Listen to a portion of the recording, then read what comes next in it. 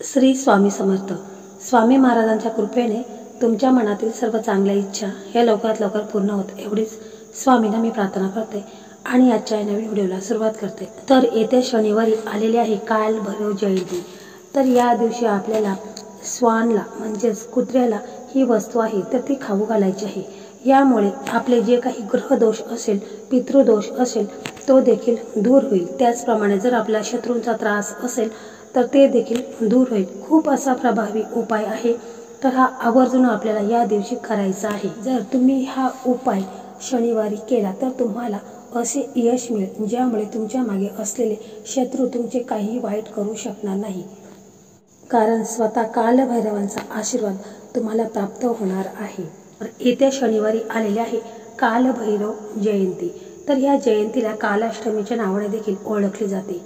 या दिवशी भगवान शंकराच्या रौद्र रूपाची म्हणजेच कालभैरवांची पूजा केली जाते। तसेच कालभैरव हे भगवान शिवाचे उग्र रूप मानले जाते, परंतु या उग्र रूपातील सर्वांना मनोरंजक गोष्ट म्हणजे त्यांचा वाहन काळा कुत्रा आहे। भैरव कधी कधी त्याच्या वाहनावर बसलेले दिसत नाही, पण त्याच्यासोबत एक काळा कुत्रा नेहमी दिसतो। कालभैरवांनी वाहन म्हणून कुत्र्याची निवड केलेली आहे। तसेच कालभैरवाला तंत्रशास्त्रात विशेष स्थान दिलेले आहे।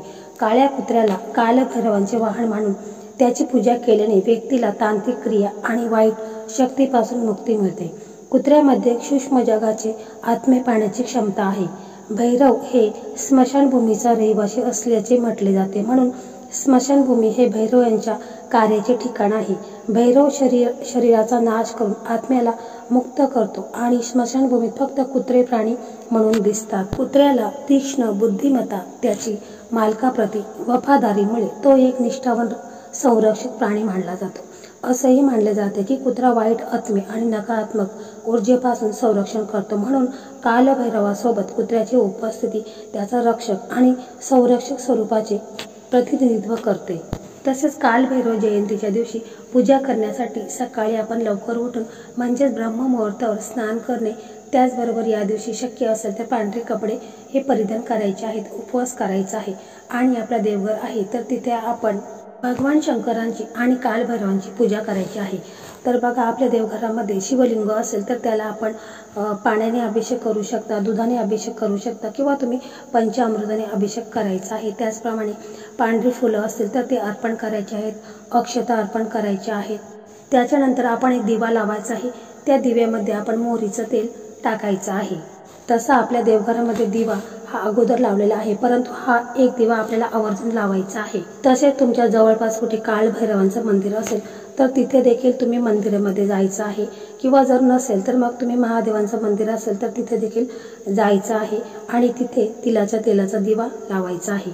मग आपलं हे सर्व झाल्यानंतर आपल्याला वेळ मिळाला तर दुपारी पण तुम्ही हा उपाय करू शकता, संध्याकाळी पण करू शकता। तुम्हाला वेळ असेल त्यावेळेस तुम्ही थोडंसं गव्हाचं पीठ घ्यायचं आहे, म्हणजे त्याच्या 5 पोळ्या चपात्या झाल्या पाहिजेत अशा प्रकारे तुम्हाला पीठ घ्यायचं आहे। त्याच्यामध्ये गूळ टाकायचा आहे आणि तुम्हाला अशा 5 चपात्या बनवून घ्यायच्या आहेत। आणि मग याच्यानंतर काय करायचं आहे की त्या चपात्या आहेत तर तुम्हाला शक्य असेल तर तुम्ही 5 चपात्या घ्या, किंवा शक्य नसेल तर 2 चपात्या घेतल्या तरी देखील चालेल।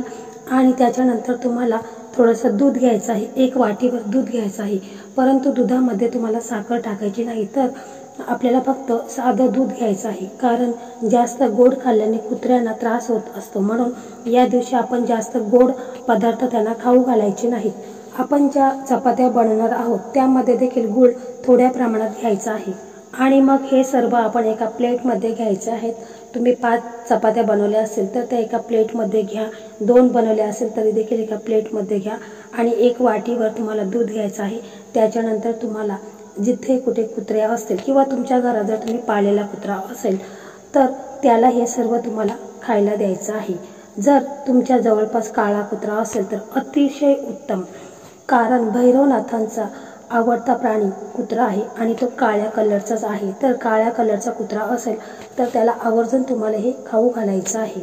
तसेच तुमच्या जवळपास 2-3 जरी कुत्रे असतील किंवा ते काळ्या कलरचे नसेल तर त्यांना देखील तुम्ही 1-1 चपाती आहे तर ती खाऊ घालायची आहे। त्याच्यानंतर कुत्र्याच्या डोक्यावरून हात फिरून तुम्हाला ओम भैरवनाथाय नमः हा मंत्र तुम्हाला म्हणायचा आहे। 11 वेळा तुम्हाला म्हणायचं आहे आणि मनोभावे प्रार्थना करायची आहे। भैरवनाथांना तुम्हाला प्रार्थना करायची आहे की माझ्या नशिबामध्ये जे काही अडथळे आहेत, संकट आहेत, जे काही शत्रूंचा मला त्रास आहे, जे काही तोडगे कोणी केलेले आहेत ते संपूर्णपणे नष्ट होऊ द्या आणि माझ्या जीवनामध्ये जो काही ग्रहदोष आहे, पितृदोष आहे ते संपूर्णपणे दूर होऊ द्या।